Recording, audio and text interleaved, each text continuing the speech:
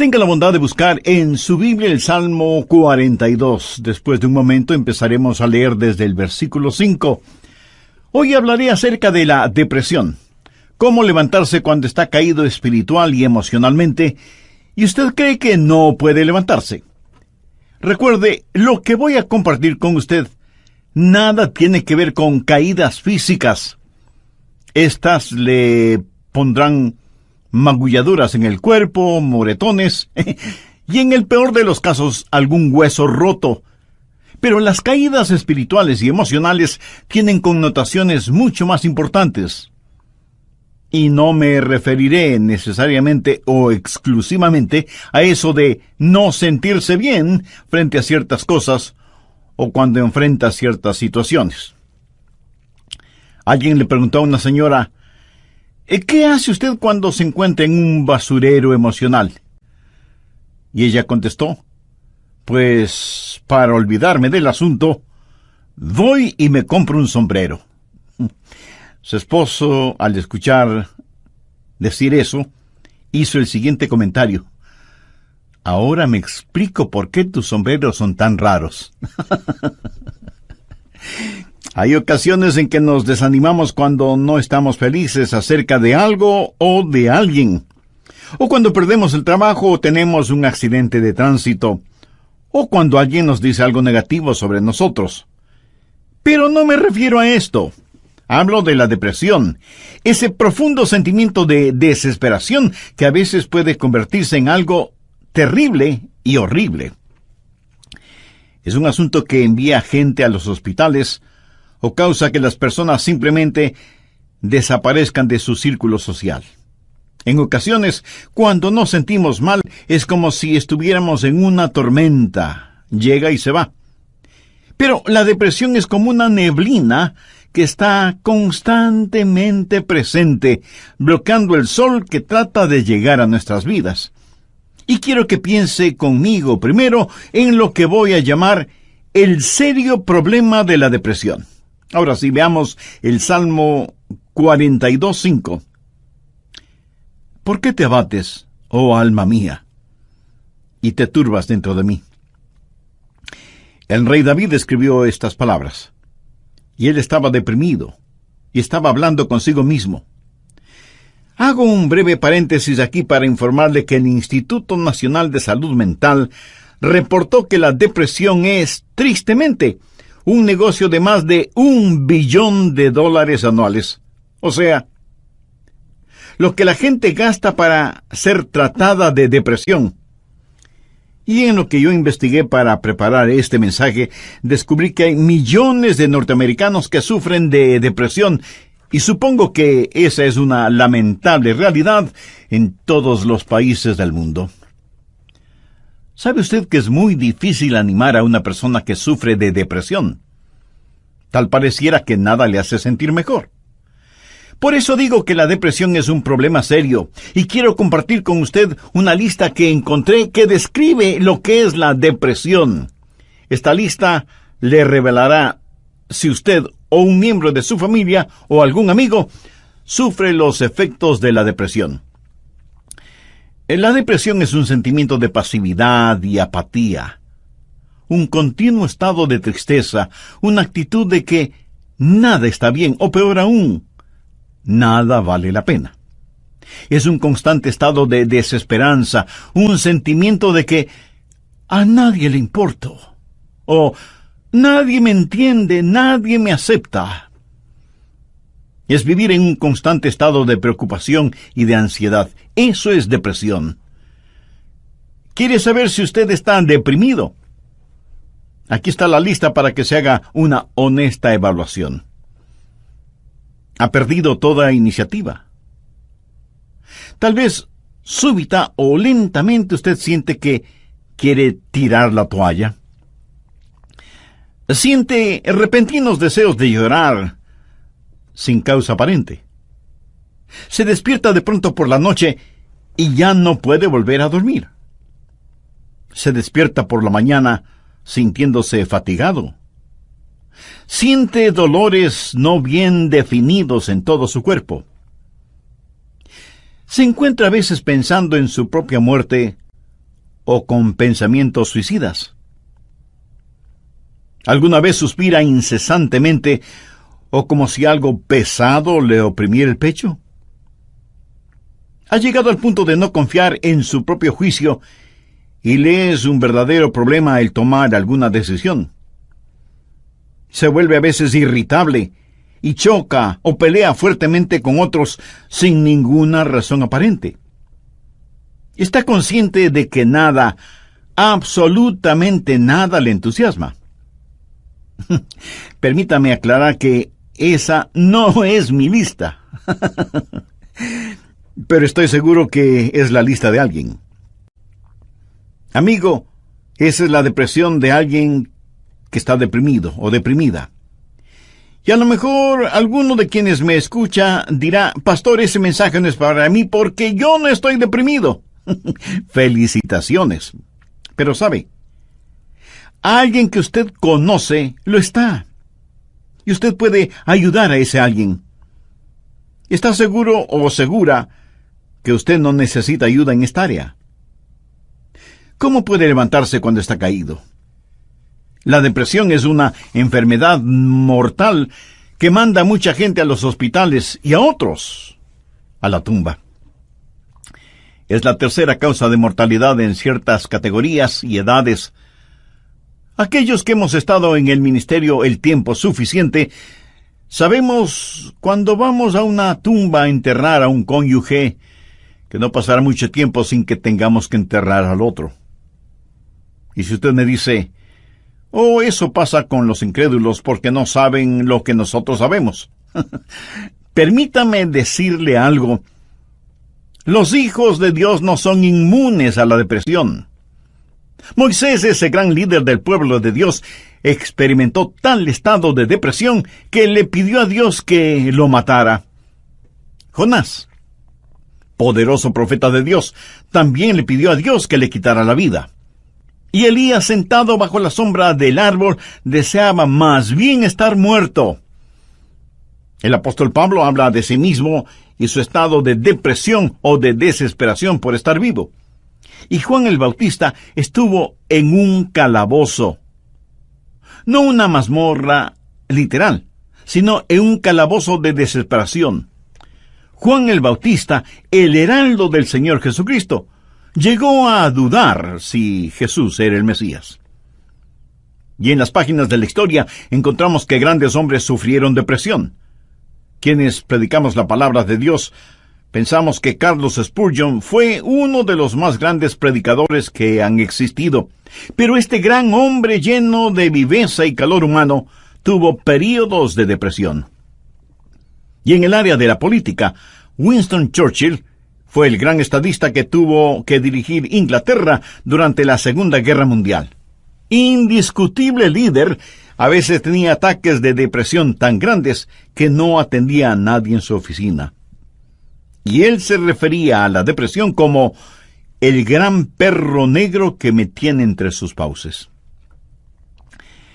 Cuando el rey David en el Salmo 42:5 dice, ¿por qué te abates, oh alma mía, y te turbas dentro de mí? Exteriormente, cuando esto sucedió, él tenía la razón de estar deprimido. Perdió a su hijo Absalón, a quien amaba profundamente, a pesar de que Absalón se sublevó contra su padre, lo traicionó, trató de arrebatarle el reino, y David tuvo que huir para salvar su propia vida. Luego Absalón muere trágicamente. En 2 Samuel 18:33 leemos, entonces el rey se turbó, y subió a la sala de la puerta y lloró, y yendo decía así, hijo mío, Absalón, ¿quién me diera que muriera yo en lugar de ti? Absalón, hijo mío, hijo mío. David huyó para salvar la vida. Él debía ser el rey. Pero perdió su fortuna, perdió su hogar, perdió su poder, perdió todo respaldo financiero, y como si todo esto fuera poco, David pecó contra Dios, cometió un horrible, terrible pecado que le costó la vida a su tierno hijo. Y luego su hija fue violada por su propio hermano, y tuvo una esposa que fue asaltada sexualmente, y ahora su hijo rebelde, Absalón, había encontrado la muerte en forma trágica. La nación sobre la cual David se suponía que era rey estaba en turbulencia. Así que exteriormente David tenía toda la razón para estar deprimido. Las cosas no podían estar peor que lo que estaban. ¿Por qué te abates, oh alma mía, y te turbas dentro de mí? Este salmo es un caso clínico de depresión. En primer lugar, David tuvo lo que yo llamo sequedad espiritual. Miremos, por favor, los primeros 2 versos de este Salmo 42. Como el ciervo brama por las corrientes de las aguas, así clama por ti, oh Dios, el alma mía. Mi alma tiene sed de Dios, del Dios vivo. ¿Cuándo vendré y me presentaré delante de Dios? David está sediento de Dios, pero siente como que si Dios estuviera lejano. David se siente como un ciervo rodeado por una jauría de perros de caza. Siente su sequedad espiritual, siente el temblar de su alma y piensa que a lo mejor Dios ya se olvidó de él. Mire lo que dice en el verso 9. Diré a Dios, roca mía, ¿por qué te has olvidado de mí? David está sediento de Dios, pero Dios parece que estuviera a años luz de distancia. ¿Dónde estás tú, Dios? ¿Por qué te has olvidado de mí? Sequedad espiritual. Dios no se había olvidado de él. Ese no es el punto. Y el rey continúa su lamento en el verso 3 diciendo, fueron mis lágrimas mi pan de día y de noche. Y aquí me imagino a David llorando incontrolablemente, este poderoso hombre de Dios, ahora llorando como una criatura. Todos tenemos momentos de tristeza, pero no siempre de llanto incontrolable, aunque puede ser así. Eso es un signo de depresión. No es como una lluvia de verano que cae y desaparece rápidamente, sino que es más bien como una neblina continua durante el día nublado. David siente vergüenza y se siente derrotado. Mire lo que dice en el verso 3. Fueron mis lágrimas mi pan de día y de noche, mientras me dicen todos los días, ¿dónde está tu Dios? Él sabe que sus enemigos están burlándose de él. Y está avergonzado. Se siente como un indigno testigo de Dios, y por supuesto que lo fue. ¿Sabe? A veces, aun estando en evidente pecado, tratamos de testificar, pero no tenemos ni el poder ni el gozo para hacerlo, y no tenemos la victoria, y esto aumenta nuestra vergüenza. El sentido de culpa de David le hizo pensar que era una desgracia delante de Dios.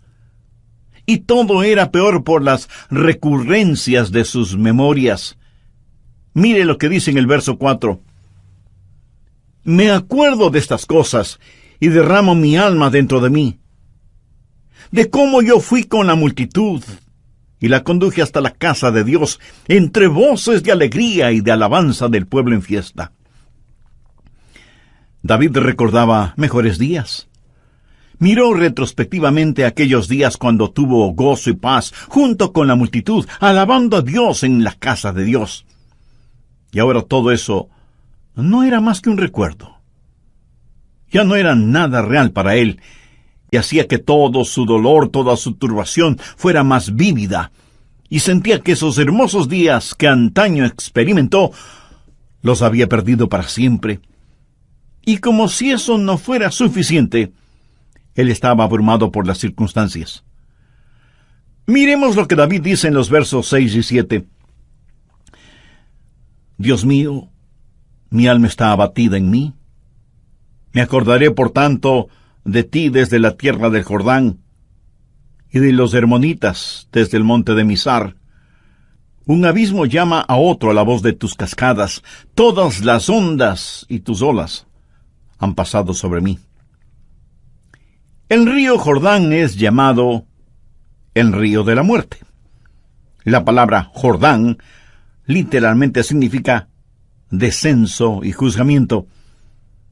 Comienza en el Monte Hermón, que está casi a 3,000 metros sobre el nivel del mar, y desciende por un tortuoso camino hacia el Mar Muerto. El Mar Muerto está a casi 450 metros por debajo del nivel del mar. Y el río Jordán fluye hacia el Mar Muerto para no volver a aparecer. Así que, en la tipología bíblica, Jordán ha sido la representación de muerte y desesperación. Y David siente que está totalmente inundado por las circunstancias. Las aguas de Dios están sobre él. Está cubierto de problemas y no sabe hacia dónde dirigirse. Está absoluta y totalmente abrumado por las circunstancias. Y quiero decirle que estadísticamente, personas así son suicidas. Un jovencito de 16 años escribió la siguiente carta antes de suicidarse. Querido mundo, yo no quiero que me corten el pelo. Yo no quiero cuidar niños. Yo no quiero ir a ver a Gina mañana en el colegio. Yo no quiero hacer mis deberes de biología, de inglés, de historia, ni de ninguna otra materia. Yo ya no quiero estar triste o solo o deprimido. No deseo comer, ni beber, ni conversar, ni dormir, ni respirar. Sencillamente ya no quiero vivir. Papá, mamá, no es culpa de ustedes. Solo que no me siento libre, me siento enfermo, triste y solo, aunque esté rodeado de mis padres, hermanos, compañeros y amigos. Eso, mi amigo, es depresión y es muy, pero muy triste. La depresión es un serio problema. En segundo lugar, quiero que sepa y vea que hay una provisión espiritual para la depresión. Gracias a Dios, usted no tiene que estar deprimido. Dios ha hecho provisión para usted, para mí, para nuestras familias y para nuestros amigos, para todos aquellos que sufren depresión.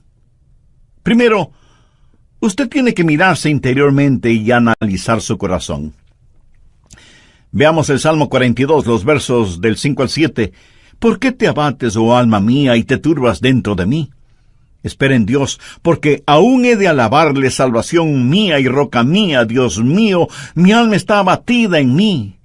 Me acordaré por tanto de ti desde la tierra del Jordán, y de los hermonitas desde el monte de Mizar. Un abismo llama a otro a la voz de tus cascadas, todas tus ondas y tus olas han pasado sobre mí. Pero ahora quiero que note en forma particular que David comienza a hablar consigo mismo. Y si usted me pregunta si uno puede hablar con uno mismo, pues le diré que sí, David lo hizo. Y no me diga que usted nunca ha hablado con usted mismo, porque francamente no se lo voy a creer. Porque todos lo hacemos, consciente o inconscientemente. Note que David está hablando con su alma. El alma es el ego que vive dentro de cada uno de nosotros, no es el espíritu. El espíritu es su naturaleza espiritual, su alma es su naturaleza emocional, su mente, sus emociones, su voluntad, y David le habla a su alma. En el próximo programa terminaremos este estudio bíblico sobre la depresión, y espero que esto no lo deprima ahora. Antes de finalizar y sabiendo que la depresión no hace acepción de personas y la sufren santos y pecadores, permítame preguntarle en forma personal, ¿ha depositado su fe en el Señor Jesucristo? ¿A quién recurre cuando está deprimido? Recuerde que la causa de la depresión puede ser externa, pero la solución es interna, íntima, personal. Voy a comenzar este programa haciendo un resumen de lo que estudiamos en el programa anterior. Entre otras cosas dije que hay ocasiones en que nos desanimamos cuando no estamos felices acerca de alguien o de algo, o cuando perdemos el trabajo o tenemos un accidente de tránsito, o cuando alguien dice algo negativo sobre nosotros. Pero no me refiero a esto. Hablo de la depresión. Ese profundo sentimiento de desesperación que a veces puede convertirse en algo terrible y horrible. La depresión es un sentimiento de pasividad y apatía, un continuo estado de tristeza, una actitud de que nada está bien, o peor aún, nada vale la pena. Es un constante estado de desesperanza, un sentimiento de que a nadie le importo, o nadie me entiende, nadie me acepta. Es vivir en un constante estado de preocupación y de ansiedad. Eso es depresión. ¿Quiere usted saber si está deprimido? Aquí está la lista para que se haga una honesta evaluación. Ha perdido toda iniciativa. Tal vez súbita o lentamente usted siente que quiere tirar la toalla. Siente repentinos deseos de llorar sin causa aparente. Se despierta de noche y ya no puede volver a dormirse. Se despierta por la mañana sintiéndose fatigado. Siente dolores no bien definidos en todo su cuerpo. Se encuentra a veces pensando en la propia muerte, la suya, o con pensamientos suicidas. ¿Alguna vez suspira incesantemente, o como si algo pesado le oprimiera el pecho? Ha llegado al punto de no confiar en su propio juicio, y le es un verdadero problema el tomar alguna decisión. Se vuelve a veces irritable y choca o pelea fuertemente con otros sin ninguna razón aparente. Está consciente de que nada, absolutamente nada le entusiasma. Y si usted me dice, eso pasa con los incrédulos porque no saben lo que nosotros sabemos. Permítame decirle algo, los hijos de Dios no son inmunes a la depresión. Moisés, ese gran líder del pueblo de Dios, experimentó tal estado de depresión que le pidió a Dios que lo matara. Jonás, poderoso profeta de Dios, también le pidió a Dios que le quitara la vida. Y Elías, sentado bajo la sombra de un árbol, deseaba más bien estar muerto. El apóstol Pablo habla de sí mismo y su estado de depresión o de desesperación por estar vivo. Y Juan el Bautista estuvo en un calabozo, no una mazmorra literal, sino en un calabozo de desesperación. Juan el Bautista, el heraldo del Señor Jesucristo, llegó a dudar si Jesús era el Mesías. Y en las páginas de la historia encontramos que grandes hombres sufrieron depresión. Quienes predicamos la palabra de Dios pensamos que Carlos Spurgeon fue uno de los más grandes predicadores que ha existido. Pero este gran hombre lleno de viveza y de calor humano tuvo períodos de depresión. Y en el área de la política, Winston Churchill fue el gran estadista que tuvo que dirigir Inglaterra durante la Segunda Guerra Mundial. Indiscutible líder. A veces tenía ataques de depresión tan grandes que no atendía a nadie en su oficina. Y él se refería a la depresión como el gran perro negro que me tiene entre sus fauces. La nación sobre la cual David se suponía que era rey estaba en turbulencia. Así que exteriormente David tenía toda la razón para estar deprimido.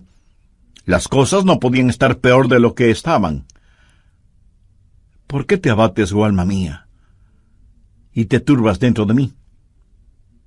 Este salmo es un caso clínico de depresión. En primer lugar, David tuvo lo que yo llamo sequedad espiritual. Miremos, por favor, los primeros 2 versos de este Salmo 42. Como el ciervo brama por las corrientes de las aguas, así clama por ti, oh Dios, el alma mía. Mi alma tiene sed de Dios, del Dios vivo. ¿Cuándo vendré y me presentaré delante de Dios? David está sediento de Dios, pero siente como que si Dios estuviera lejano. David se siente como un ciervo rodeado por una jauría de perros de caza, siente su sequedad espiritual, siente el temblar de su alma y piensa que a lo mejor Dios ya se ha olvidado de él. Mire lo que dice en el verso 9, diré a Dios, roca mía, ¿por qué te has olvidado de mí? David está sediento de Dios. Pero Dios parece que estuviera a años luz de distancia. ¿Dónde estás tú, oh Dios? ¿Por qué te has olvidado de mí? Sequedad espiritual. Dios no se había olvidado de él. Pero ese no es el punto. El rey continúa su lamento en el verso 3 diciendo: fueron mis lágrimas mi pan de día y de noche. Y aquí me imagino a David llorando incontrolablemente, este poderoso hombre de Dios ahora llorando como una criatura. Todos tenemos nuestros momentos de tristeza, pero no siempre de llanto incontrolable, aunque puede ser así. Eso es un signo de depresión. No es como una lluvia de verano que cae y desaparece rápidamente, sino que es más bien como una neblina continua durante un día nublado. David siente vergüenza y se siente derrotado. Mire lo que dice en el verso 3. Fueron mis lágrimas mi pan de día y de noche, mientras me dicen todos los días: ¿dónde está tu Dios? ¿Sabía que dentro de usted hay alguien que constantemente le está hablando? Es la vieja naturaleza, su alma no redimida ni santificada. Y su alma le habla y le dice: tienes razón de sentir pena por ti mismo. Nunca lo lograrás. No tienes lo que se requiere. Este es el final. La vida no vale la pena vivirla. Y David responde a su alma y le dice: ¿por qué te abates, oh alma mía? Y este es el momento en que usted toma control, sostiene firmemente a su alma frente a usted, le mira directamente a los ojos y le habla. Eso es lo que David hizo cuando le dijo: alma, ¿por qué te sientes así? Usted tiene que mirarse íntimamente, interiormente, y analizar su corazón. ¿Por qué está deprimido? Yo no estoy diciendo que no tiene razón para estar deprimido. Tal vez alguna persona amada ha fallecido, su cónyuge, un hijo o una hija, un entrañable amigo. Si eso es verdad, entréguele su dolor a Dios, comparta su pena con quienes le aman, y tenga en cuenta que a pesar de cómo se sienta, la vida no ha terminado para usted. Tal vez tiene el corazón destrozado. Alguien a quien amaba profundamente le ha engañado. Tal vez un esposo ha abandonado a su esposa por otra mujer, o a lo mejor una esposa ha dejado a su esposo por otro hombre. Tal vez esté enfrentando el dolor de un noviazgo roto súbita y amargamente. O pudiera ser que los padres no hacen sentir bienvenidos a sus hijos, que se fueron del hogar como las ovejas negras de la familia. Si usted está viviendo estas u otras amargas experiencias, escúcheme. Rehúse el estar rumiando estas cosas una y otra vez. Eso no es bueno. Analice las cosas. Si alguien le ha destrozado el corazón, vea qué es lo que ha aprendido de esa experiencia y comience a buscar y tener nuevas amistades. Tal vez usted ha pecado y está siendo perseguido constantemente por el fantasma de su culpa. ¿Qué debe hacer? Confiese su pecado a Dios. Y si tiene que pedir perdón a alguien, hágalo. Si tiene que restituir algo a alguien, hágalo sin demora de tiempo. Mientras más se demore en hacerlo, más difícil le será el realizarlo. Haga lo que tiene que hacer ya. Y cierre la puerta de ese pasado. Analice, mire su propio corazón y pregúntese: ¿por qué estoy abatido? Pero necesita hacer algo más. No solo un análisis íntimo de su corazón, sino que mirando hacia arriba, reconozca que necesita ayuda una vez que ha identificado el problema. Noten los versos del 7 al 9 lo que David dijo: un abismo llama a otro a la voz de tus cascadas, todas tus ondas y tus olas han pasado sobre mí. Pero de día mandará Jehová su misericordia, y de noche su cántico estará conmigo, y mi oración al Dios de mi vida. Diré a Dios: roca mía, ¿por qué te has olvidado de mí? ¿Por qué andaré yo enlutado por la opresión del enemigo? qué es lo que David está haciendo ahora? Pues mirar hacia arriba. No solo interiormente para ver por qué me siento así, sino mirar hacia Dios y decir: Dios, tú eres mi ayuda y mi esperanza. Tú me cubrirás con tu misericordia. Oh, qué amigo nos es Cristo. Él llevó nuestro dolor. Estoy seguro que alguien me dirá: pastor, lo que yo estoy pasando usted no lo comprende. Mi amigo, ese no es el punto. Cierto, yo no lo comprendo, pero Dios le comprende. Y no solo que le comprende, sino que le ama y quiere cuidar de usted. Él es su ayudador, aun cuando usted no lo entienda. El doctor Warren Wiersbe fue un gran maestro bíblico, y él dijo que la vida no es un problema que debe ser resuelto, sino un misterio que debe ser vivido. Eso nos hace recordar siempre que, como hijos de Dios, no vivimos de explicaciones, sino de promesas. Algunos piensan que de alguna manera Dios les ha olvidado o Dios les ha fallado. No. Dios ni se ha olvidado de usted ni le ha fallado a usted. Pero David se sintió así. Mire la pregunta que hace en el verso 9. Dios, ¿por qué te has olvidado de mí? No, Dios no se había olvidado de David. Y si usted me dice: pastor, realmente no entiendo esto, yo le diré que no tiene que entenderlo. Es más, el hecho de que no lo entienda pudiera ser parte del juicio y de la prueba. El poeta norteamericano Robert Frost, en uno de sus poemas, dijo: era esencial para el juicio que usted no lo entendiera entonces. Tenía que parecer sin significado el tener significado. Esto no tiene ningún significado para usted. Verá, podemos confiar en Dios para cualquier cosa si entendiéramos el porqué. Pero Dios no nos deja entender el porqué todo el tiempo, para que podamos conocer el quién y podamos confiar en Él en aquello que no entendemos.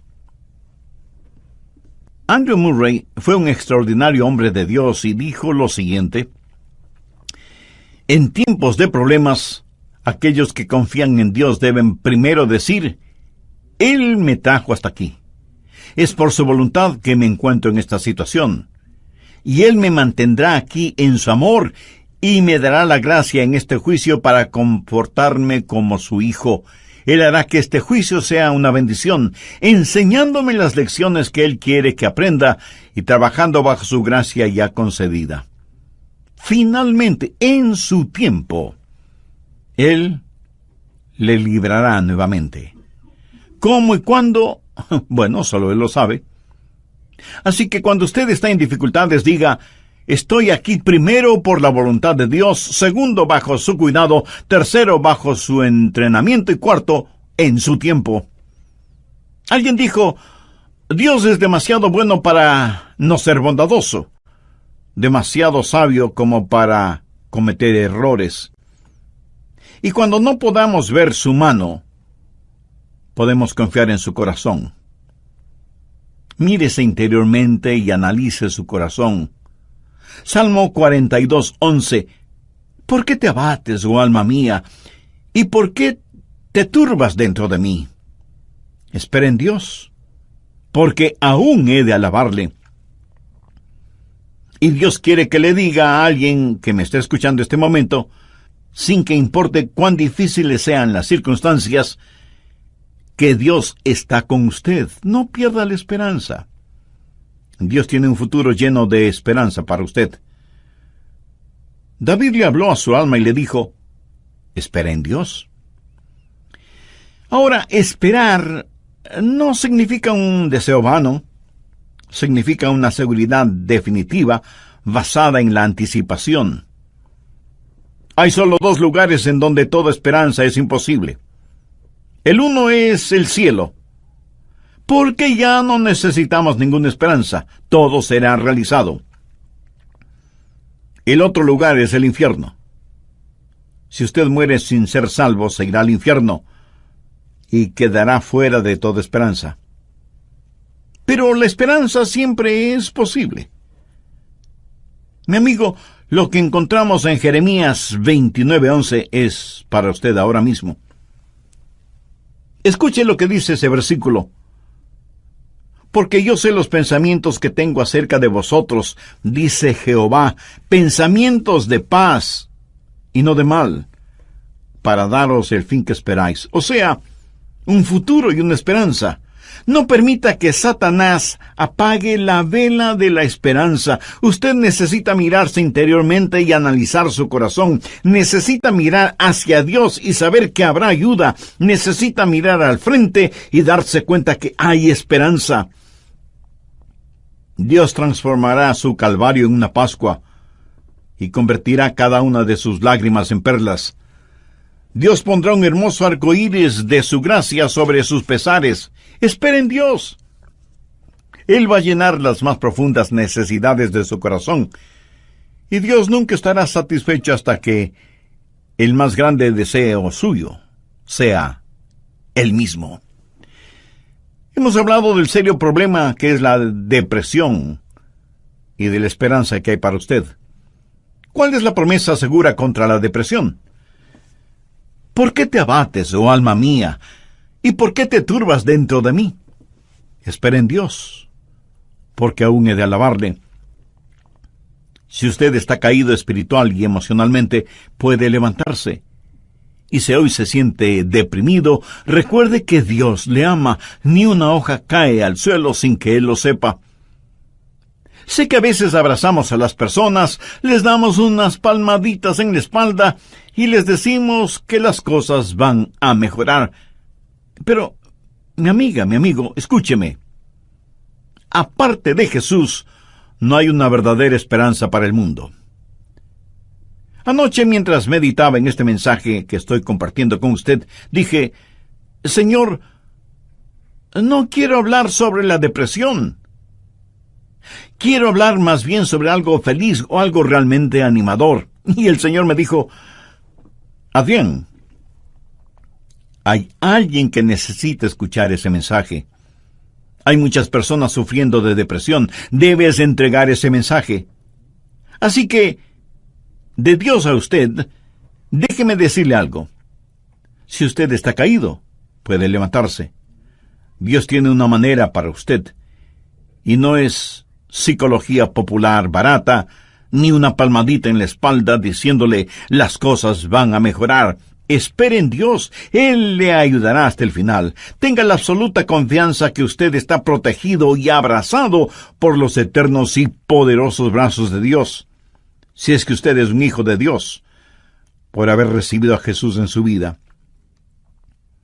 Si usted no tiene la seguridad de su salvación, ¿por qué no recibir al Señor Jesucristo como su Salvador y Señor ahora mismo?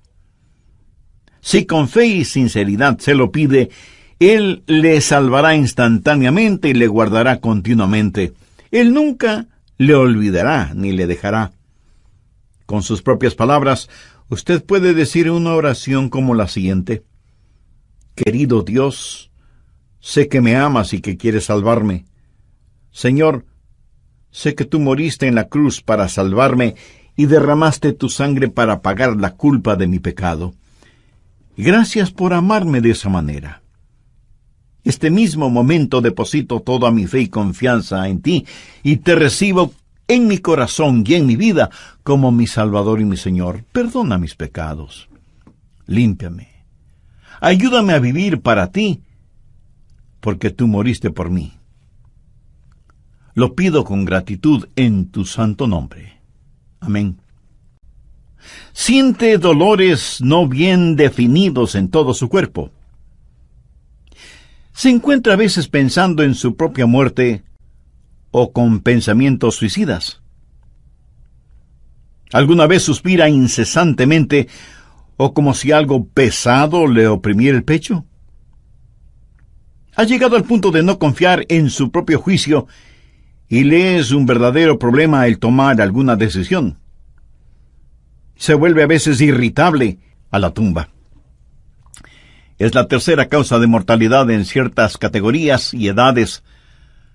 Aquellos que hemos estado en el ministerio el tiempo suficiente, sabemos cuando vamos a una tumba a enterrar a un cónyuge, que no pasará mucho tiempo sin que tengamos que enterrar al otro. Y si usted me dice, oh, eso pasa con los incrédulos porque no saben lo que nosotros sabemos. Permítame decirle algo. Los hijos de Dios no son inmunes a la depresión. Moisés, ese gran líder del pueblo de Dios, experimentó tal estado de depresión que le pidió a Dios que lo matara. Jonás, poderoso profeta de Dios, también le pidió a Dios que le quitara la vida. Y Elías, sentado bajo la sombra del árbol, deseaba más bien estar muerto. El apóstol Pablo habla de sí mismo y su estado de depresión o de desesperación por estar vivo. Y Juan el Bautista estuvo en un calabozo. No una mazmorra literal, sino en un calabozo de desesperación. Juan el Bautista, el heraldo del Señor Jesucristo, llegó a dudar si Jesús era el Mesías. Y en las páginas de la historia encontramos que grandes hombres sufrieron depresión. Quienes predicamos la palabra de Dios, pensamos que Carlos Spurgeon fue uno de los más grandes predicadores que han existido. Pero este gran hombre lleno de viveza y calor humano tuvo períodos de depresión. Y en el área de la política, Winston Churchill fue el gran estadista que tuvo que dirigir Inglaterra durante la Segunda Guerra Mundial. Indiscutible líder, a veces tenía ataques de depresión tan grandes que no atendía a nadie en su oficina. Y él se refería a la depresión como el gran perro negro que me tiene entre sus fauces. Cuando el rey David en el Salmo 42:5 dice, ¿por qué te abates, oh alma mía, y te turbas dentro de mí? Exteriormente, cuando esto sucedió, él tenía la razón de estar deprimido. Perdió a su hijo Absalón, a quien amaba profundamente, a pesar de que Absalón se sublevó contra su padre, lo traicionó, trató de arrebatarle el reino, y David tuvo que huir para salvar su propia vida. Luego Absalón muere trágicamente. En 2 Samuel 18:33 leemos, entonces el rey se turbó, y subió a la sala de la puerta y lloró, y yendo decía así, hijo mío, Absalón, ¿quién me diera que muriera yo en lugar de ti? Absalón, hijo mío, hijo mío. David huyó para salvar la vida. Él debía ser el rey. Pero perdió su fortuna, perdió su hogar, perdió su poder, perdió todo respaldo financiero, y como si todo esto fuera poco, David